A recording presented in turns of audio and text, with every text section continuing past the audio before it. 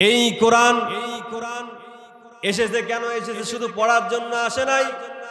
কোরআন তো পড়বই, কোরআন পড়ার পরে কোরআন বুঝবো, মাথা থেকে পা পর্যন্ত কোরআনের আইন বাস্তবায়ন করব, এটাই হচ্ছে কোরআনের হক।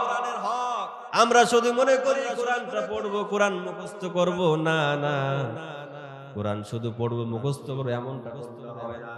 কোরআন আপনাকে বুঝতে হবে। যেমন একটু চিন্তা করেন, আমরা প্রত্যেকটা ওয়াক্তে 5 ওয়াক্ত নামাজে একটি সূরা পড়ি, একটি দোয়া পড়ি।